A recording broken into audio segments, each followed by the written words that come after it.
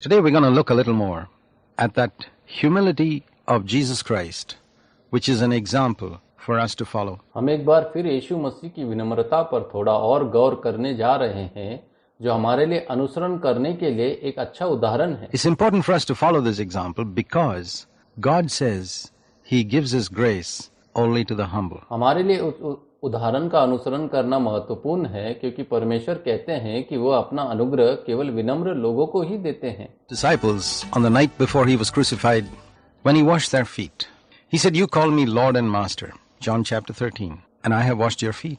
You must do the same for one another."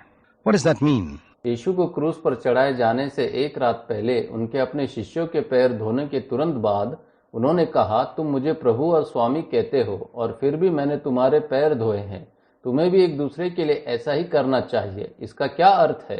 Many people have felt that it means that we must all take basins of water and wash one another's कई feet. लोगों ने महसूस किया है कि इसका मतलब है कि हम सभी को पानी के बर्तन लेने चाहिए और एक दूसरे के पैर धोने चाहिए. Even if our feet are covered with socks and shoes are not भले ही dirty, हमारे पैर मोजे और जूतों से ढके हो और गंदे न हो, that becomes a meaningless वह ritual. एक अर्थहीन अनुष्ठान बन जाता है. What exactly did Jesus do that day when He took that basin of यीशु ने water? उस दिन वास्तव में क्या किया जब उसने पानी का वो बर्तन लिया? If all those disciples were wearing socks and shoes like we wear today, particularly in colder climates, then there would be absolutely no need to wash their feet at यदि all. वे सभी शिष्य मोजे और जूते पहने होते जैसे हम आज पहनते हैं, विशेष कर ठंड के मौसम में, तो उनके पैर धोने की बिल्कुल भी आवश्यकता नहीं होती. Why did He wash their feet? उसने उनके पैर क्यों धोए? It was not a religious ritual He went यह through. कोई धार्मिक अनुष्ठान नहीं था जिसे वह गुजरे. It was an act of necessity where He saw a need for a dirty job to be done for His disciples. And He did it. नहीं, ये एक आवश्यक कार्य था. उन्होंने अपने शिष्यों के लिए एक गंदा काम करने की आवश्यकता देखी और उन्होंने ऐसा किया. So when He said that I have given you an example, I, the Lord and teacher, washed your feet, you also ought to wash one another's feet because I gave you an example, John 13:15, that you should also do as I did to you. जब उन्होंने कहा, मैंने तुम्हें एक उदाहरण दिया है, मैं प्रभु और शिक्षक ने तुम सबके पांव धोए, तुम्हें भी एक दूसरे के पांव धोना चाहिए. मैंने तुम्हें एक उदाहरण दिया कि तुम्हें भी वैसा ही करना है जैसा मैंने तुम्हारे लिए किया. यूहन्ना 13:15. We ask ourselves, what is it that Jesus did to the हमें apostles? स्वयं से पूछना चाहिए, ऐसा क्या है जो यीशु ने प्रेरितों के साथ किया? In one sentence, we could say He met their physical need by doing a dirty task for them. एक वाक्य में हम कह सकते हैं, उसने उनके लिए गंदा काम करके उनकी शारीरिक जरूरत को पूरा किया. So what has He told us to do? तो उसने हमसे क्या करने को कहा है? He has told us to be willing to do dirty tasks for one another. उन्होंने हमसे कहा, तुम्हें भी एक दूसरे के लिए गंदे काम करने के लिए तैयार रहना है. Where there is such a necessity, not to go through a जहाँ ritual. जरूरत हो, न कोई रस्म अदायगी करे. If you are in a meeting hall, for example, the way you wash people's feet would probably be by going and cleaning the toilet so that it's kept clean. उदाहरण के लिए, यदि आप किसी सभा घर में हैं, तो जिस तरह से आप लोगों के पैर धोते हैं, वह संभवत अंदर जाकर शौचालय की सफाई करने जैसा होगा, ताकि वह साफ रहे. That would be the equivalent of washing the feet today. वह आज पैर धोने के बराबर होगा. It's a question of seeing a particular need and then meeting it. यह किसी विशेष आवश्यकता को देखने और फिर उसे पूरा करने का प्रश्न है. And what Jesus did there in taking that basin of water and washing their feet was typical of His whole life. यीशु ने वहां पानी का वह बर्तन लेकर और उनके पैर धोकर जो किया, वह उनके पूरे जीवन की विशेषता थी. All His life, I believe He was a servant of all men. We are not told how He lived for 30 years in Nazareth, but I can imagine how He lived. मेरा मानना है कि अपने पूरे जीवन में वो सभी मनुष्य के सेवक थे. हमें यह नहीं बताया गया है कि वह नाजरेत में 30 वर्षों तक कैसे रहे, लेकिन मैं कल्पना कर सकता हूं कि वह कैसे रहते होंगे. He must have lived serving others, serving His younger brothers, younger sisters, serving Mary, serving others in the neighborhood, being willing to do any task for anyone. वो दूसरों की सेवा करके जीता होगा, अपने छोटे भाइयों की, छोटे बहनों की सेवा करना, मरियम की सेवा करना, पड़ोस में दूसरों की सेवा करना, किसी के लिए भी कोई भी कार्य करने को तैयार रहना. Seeing a need and being quick to meet it. किसी की आवश्यकता को देखना और उसे पूरा करने के लिए तत्पर होना. There we see his humility. And there we see how God wants man to live. वहाँ हम उनकी विनम्रता देखते हैं और वहाँ हम देखते हैं कि परमेश्वर चाहता है कि मनुष्य कैसे जिए. My dear friend, that's how God wants you to live. मेरे प्रिय मित्र, परमेश्वर चाहता है कि आप इसी प्रकार जिए. And if you can see this and be gripped by the glory of Jesus, your life can be transformed. Don't worry if other Christians around you are not living like this. यदि आप इसे देख सकते हैं और यीशु की महिमा से प्रभावित हो सकते हैं तो आपका जीवन बदल सकता है. यदि आपके आसपास अन्य मसीही इस तरह नहीं जी रहे हैं तो चिंता न करें. Don't judge them. Don't find fault with them. That's not our business. उनका न्याय न करें, उनमें दोष न ढूंढे, यह हमारा काम नहीं है. God is the judge of all men and we don't have to judge anyone. But you can be like this, can't you? परमेश्वर सभी मनुष्य का न्यायाधीश है और हमें किसी का भी न्याय नहीं करना है, लेकिन आप ऐसे हो सकते हैं, है ना? How happy you will be. Jesus said that in John 13:17 after speaking about being willing to wash one another's feet and actually doing it. He said, if you know these things, you'll be really happy if you do it, not if you just think about it. आप कितने खुश होंगे. यीशु ने एक दूसरे के पैर धोने के लिए तैयार होने और वास्तव में ऐसा करने के बारे में बात करने के बाद कहा, यदि तुम ये बातें जानते हो और यदि तुम ऐसा करते हो तो तुम सचमुच प्रसन्न हो जाओगे. यूहन्ना 13:17. यह नहीं कि केवल आप सिर्फ इसके बारे में सोचते हैं. The way of life that Jesus demonstrated is a way of supreme happiness. यीशु ने जीवन का जो मार्ग दिखाया वो सर्वोच्च सुख का मार्ग है. You're not happy when you sit like a big Maharaja or Lord on your chair, make other people serve you. जब आप किसी बड़े महाराजा या स्वामी की तरह अपनी कुर्सी पर बैठते हैं और दूसरों से अपनी सेवा कराते हैं तो आप खुश नहीं होते हैं. If you really want to be happy, be a servant. यदि तुम सच में खुश रहना चाहते हो तो आप सेवक बनो. Jesus associated very closely with the lowest level of society in his time. यीशु अपने समय में समाज के सबसे निचले स्तर से बहुत निकटता से जुड़े थे. He moved among them as their equal. वह उनके बीच उनके बराबर बनकर घूमते थे. Have you seen fishermen on the coasts of India? क्या आपने भारत के तटों पर मछुआरों को देखा है? You go down to a number of places along the coast and you can see fishermen. At what level of society do they live? आप तट के किनारे कई स्थानों पर जाएं और आप मछुआरे देख सकते हैं. वे किस स्तर के समाज में रहते हैं? They are despised as belonging to the lowest level of society. Particularly, I don't mean these rich fishermen who go out in trawlers and motorboats. उन्हें समाज के सबसे निचले स्तर का कहकर तिरस्कृत किया जाता है. मेरा मतलब उन अमीर मछुआरों से नहीं है जो ट्रॉलर और मोटर बोट में बाहर जाते हैं.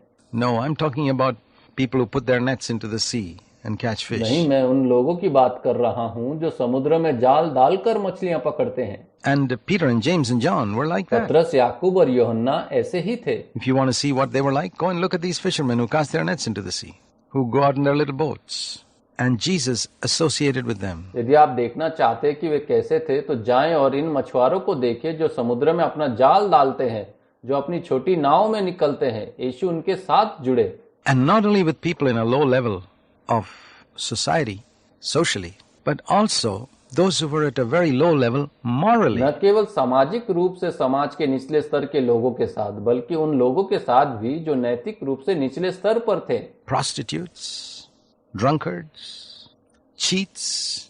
He was sinless and perfect, and he mingled with them, and he was not afraid of people calling him bad names, saying he's a friend of sinners. वेश्याएं, शराबी, धोखेबाज. वो पाप रहित और सिद्ध था, फिर भी वो उनके साथ घुल मिल गया. वह लोगों का उसे बुरा भला कहने से नहीं डरता था और कि वह उसे पापियों का मित्र कहे. And he never made a single sinner feel awkward through his perfect holiness. उन्होंने अपनी पूर्ण पवित्रता के माध्यम से एक भी पापी को कभी भी भद्दा महसूस नहीं कराया. You know, one mark of a humble man is that he never makes you feel awkward. आप जानते हैं कि एक विनम्र व्यक्ति की एक पहचान यह है कि वो आपको कभी भी भद्दा महसूस नहीं कराता है. He always makes you feel comfortable around his presence, even if he's holy. भले ही वो पवित्र हो, वो हमेशा आपको अपनी उपस्थिति के आसपास सहज महसूस कराता है. Jesus was like that. The Pharisees were not like that. यीशु ऐसे ही थे, फरीसी ऐसे नहीं थे. You know, they were so stiff. They wouldn't let anybody come near them because they considered themselves so holy. आप जानते हैं कि वे कितने कठोर थे. वे किसी को भी अपने पास नहीं आने देते थे क्योंकि वे स्वयं को बहुत पवित्र मानते थे. But Jesus wasn't like that. लेकिन यीशु ऐसे नहीं थे. He mingled with the lowest level of people and made them feel at home. And in fact, he moved around with his disciples so freely that Peter would sometimes rebuke him and felt free to give him advice. वो सबसे निचले स्तर के लोगों के साथ घुल मिल गए और उन्हें घर जैसा महसूस कराया। वास्तव में वह अपने शिष्यों के साथ इतनी आजादी से घूमता था कि पतरस कभी कभी उसे डांटता था और स्वतंत्र महसूस करते हुए उसे सलाह भी देता था। Can you think of that? The disciples would feel free to give him some advice. Lord, we think you should do this or that. क्या आप ऐसा सोच सकते हैं? शिष्य बेझिझक कुछ सलाह देते, हे प्रभु हम सोचते हैं कि आपको यह करना चाहिए या वह नहीं करना चाहिए। Now, how is it today with a lot of Christian leaders? You find them mingling like this? अब आज बहुत सारे मसीह अगुवाओं के साथ स्थिति कैसी है? क्या आप उन्हें इस तरह घुलते मिलते पाते हैं? No. Christianity has not given to our country a demonstration of how Jesus lived on earth. नहीं, मसीही धर्म ने हमारे देश को यह प्रदर्शित नहीं किया है कि यीशु पृथ्वी पर कैसे रहते थे। We have failed. We need to acknowledge it. Never mind others. हम असफल हो गए हैं, हमें इसे स्वीकार करना होगा। दूसरों की परवाह मत करो। You who are listening to this program, you can demonstrate the life of Christ in your own life, in your locality. आप जो इस अध्ययन को सुन रहे हैं, आप अपने जीवन में अपने इलाके में यीशु मसीह के जीवन का प्रदर्शन कर सकते हैं। And if little by little each of us do that, our country will once again be able to see true Christianity demonstrated with people living like Jesus. यदि धीरे धीरे हम में से हर कोई ऐसा करता है तो हमारा देश एक बार फिर यीशु की तरह रहने वाले लोगों द्वारा प्रदर्शित सच्ची मसीहत को देखने में सक्षम होगा। See the humility of Jesus in the spiritual realm. आध्यात्मिक क्षेत्र में यीशु की विनम्रता देखें। In the Garden of Gethsemane, he was under tremendous pressure. The Bible says in Matthew 26 and verse 38 that Jesus was deeply grieved to the point of death. गतसमने बगीचे में अत्यधिक दबाव में वह अत्यधिक दबाव में था। बाइबल मत्ती 26:38 में कहती है कि यीशु इस हद तक बहुत उदास थे कि उन्होंने कहा कि मेरा प्राण निकला जाता है। And what does he do at such a time? He doesn't act as though he's self-sufficient. He doesn't need anybody's help. He calls Peter, James and John and says, "Pray with me." ऐसे समय में वह क्या करता है? वह ऐसे कार्य नहीं करता जैसे कि वह आत्मनिर्भर है, उसे किसी की मदद की जरूरत नहीं है। नहीं, वह पतरस, याकूब, यूहन्ना को बुलाता है और उनसे कहता है, साथ प्रार्थना करने के लिए कहता है। Think of asking somebody to pray with you. A proud man will never ask anybody to pray with him. He says, "I don't need your prayer. I'm okay." किसी को अपने साथ प्रार्थना करने के लिए कहने के बारे में सोचे। एक अभिमानी व्यक्ति कभी किसी को अपने साथ प्रार्थना करने के लिए नहीं कहेगा, उसे ऐसे कोई जरूरत महसूस नहीं होती और कहता है कि मैं ठीक हूं। But Jesus, the Son of God, who lived such a perfect life, asking these simple, stupid, foolish disciples who had so many weaknesses, saying, "Will you please come and pray with me because I'm under tremendous pressure?" लेकिन परमेश्वर के पुत्र यीशु, जिन्होंने इतना आदर्श जीवन जिया, ने इन सरल शिष्यों से, जिनमें बहुत सारी कमजोरियां थी, वे मूर्ख थे, पूछते हुए कहा, क्या आप कृपया आकर मेरे साथ प्रार्थना करेंगे क्योंकि मैं बहुत दबाव में हूं। Jesus was conscious of his weakness as a human being. And he sought the fellowship of his disciples in prayer. यीशु एक इंसान के रूप में अपनी कमजोरी के प्रति सचेत थे और उन्होंने प्रार्थना में अपने शिष्यों की संगति मांगी। Do you do that? Or are you so self-sufficient? Do you see, my dear friend, how far we are from the humility of Jesus Christ? क्या तुम वो करते हो? या क्या आप इतने आत्मनिर्भर हैं? क्या तुम देखते हो मेरे प्रिय मित्र, हम यीशु मसीह की विनम्रता से कितनी दूर हैं? It's because we're not honest to acknowledge that we're nothing, that God's power cannot be manifested through our lives. ऐसा इसलिए है क्योंकि हम यह स्वीकार करने में ईमानदार नहीं है कि हम कुछ भी नहीं है, इसलिए परमेश्वर की शक्ति हमारे जीवन के माध्यम से प्रकट नहीं हो सकती। You know why God's power was manifested in such a fantastic way in the life of Jesus? क्या आप जानते हैं कि यीशु के जीवन में परमेश्वर की शक्ति इतने शानदार तरीके से क्यों प्रकट हुई? Because he recognized he's nothing. He just lived before his Father as nothing, and the Father could manifest all his power through Christ. क्योंकि उसने पहचान लिया कि वह कुछ भी नहीं है, वह अपने पिता के सामने कुछ भी नहीं के रूप में रहता था और पिता मसीह के माध्यम से अपनी सारी शक्ति प्रकट कर सका। There are only two spirits operating in the world, one going up, the other going down. संसार में केवल दो आत्माएं कार्यरत है, एक ऊपर जा रही है, दूसरी नीचे जा रही है। Up in the sense of exalting oneself in pride, down in the sense of humbling oneself. The spirit of Lucifer and the spirit of Christ. ऊपर स्वयं को गौरवान्वित महसूस करने के अर्थ में और नीचे स्वयं को नम्र करने के अर्थ में लूसीफर की आत्मा और मसीह की आत्मा. And it's operating everywhere. It's operating in Christendom too. You find even in Christian organizations, Christian churches, Christians trying to push other people down, get on top of their shoulders, climb up to higher positions. यह हर जगह चल रहा है. यह मसीह जगत में भी चल रहा है. आप इसे मसीह संगठनों में, मसीह कलीसियाओं में भी पाते हैं. मसीही अन्य लोगों को नीचे ढकेलने, उनके कंधे के ऊपर चढ़ने, ऊंचे ऊंचे पदों पर चढ़ने की कोशिश कर रहे हैं. And what spirit is that? Is that the spirit of Christ? No, it's the spirit of Lucifer. It's the spirit of Satan operating in churches, Christian organizations. Isn't that sad? तो कौन सी आत्मा है? क्या वो मसीह की आत्मा है? नहीं, यह लूसीफर की आत्मा है. यह शैतान की आत्मा है जो कलीसियाओं और मसीह संगठनों में काम कर रही है. क्या यह दुखद नहीं है? Jesus Christ came with another spirit of humbling himself, going down. And I want to say to you, this is the way we can identify a true disciple of Jesus. He has absolutely no desire to go up or to become great or big, either in the Christian church or in the world. यीशु मसीह स्वयं को दीन बनाने, नीचे जाने की एक और आत्मा के साथ आए. मैं आपसे कहना चाहता हूं, यही वो तरीका है जिससे हम यीशु के सच्चे शिष्य की पहचान कर सकते हैं.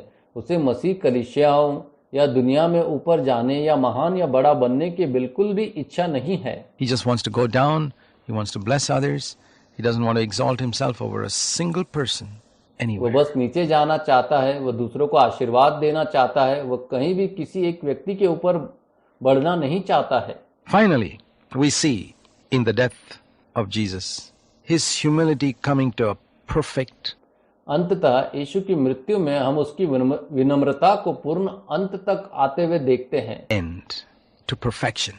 Because in the death and the trial of Jesus, सिद्धता के लिए, क्योंकि यीशु की मृत्यु और परीक्षण में he was never given justice. He was humiliated, ridiculed, mocked, ill-treated, and made like the scum of the earth. उसे कभी न्याय नहीं दिया गया. उसे अपमानित किया गया, उपहास किया गया, मजाक उड़ाया गया, उसके साथ दुर्व्यवहार किया गया, उसे धरती के मैल के समान बना दिया गया. And there you see his humility, that he never called the angels to help वहां him. आप उनकी विनम्रता देखते हैं कि उन्होंने कभी मदद के लिए स्वर्गदूतों को नहीं बुलाया. He could call 72,000 angels with one word. Why didn't he do it? No, he humbled himself. वह एक शब्द में स्वर्गदूतों की 72,000 सेनाओं को बुला सकता था. उसने ऐसा क्यों नहीं किया? उसने स्वयं को दीन बना लिया. He didn't grab. All through his life, he opened his palms to give to others. And he finally opened his palms to receive the nails on the cross. उसने कभी नहीं छीना. अपने पूरे जीवन में उन्होंने दूसरों को देने के लिए अपनी हथेलियां खोली और अंततः उसने क्रूस पर कीलों को प्राप्त करने के लिए अपनी हथेलियां खोली. This is the way that Jesus went. And this is the way that God wants you and me to live. यीशु इसी रास्ते पर चले और इसी रास्ते पर परमेश्वर चाहते हैं कि आप और मैं चलें. With an open palm, not with a clenched fist to fight with others. खुली हथेलियों से, बंद मुट्ठी से दूसरों से लड़ने के लिए नहीं. No, but with an open palm to give up our rights, not judging others. नहीं, लेकिन खुली हथेली के साथ अपने अधिकार छोड़ने के लिए, दूसरों का न्याय न करने के लिए. Leaving it to God to judge. Jesus once said in John 8 verse 15, I don't judge anybody. न्याय करना परमेश्वर पर छोड़ देना. यीशु ने एक बार यूहन्ना 8:15 में कहा था, मैं किसी का न्याय नहीं करता. He submitted to the humiliating death that his father planned for him. उसने उस अपमानजनक मृत्यु को स्वीकार कर लिया जो उसके पिता ने उसके लिए योजना बनाई थी. And it didn't matter how he was killed. He accepted it. He was obedient unto death. इससे कोई फर्क नहीं पड़ता कि उसे कैसे मारा गया. उन्होंने इसे स्वीकार कर लिया. वह मृत्यु पर्यंत आज्ञाकारी था. My dear friend, this is the real Jesus of the scriptures. मेरे प्रिय मित्र, यह पवित्र शास्त्र का असली यीशु है. He was not honored as a celebrity or a film star, like many of today's evangelists. उन्हें एक सेलिब्रिटी या फिल्म स्टार के रूप में सम्मानित नहीं किया गया, जैसा कि आज कई प्रचारकों को किया जाता है. On the other hand, people rejected him, despised him, and nailed him to a cross. दूसरी ओर लोगों ने उसे अस्वीकार कर दिया, उसका तिरस्कार किया और उसे सूली पर चढ़ा दिया. This is true Christianity. It's not a popular big यह thing. सच्ची मसीहत है, यह कोई लोकप्रिय बड़ी बात नहीं है। The Bible says that which is highly esteemed among men is an abomination before God. Bible कहती है कि जो बातें मनुष्य के बीच अत्यधिक आदरणीय है वो परमेश्वर के सामने घृणित है। Let's look at Jesus and go down the way he went. आइए हम यीशु को देखें और जिस रास्ते पर वह गए उसी रास्ते पर चले।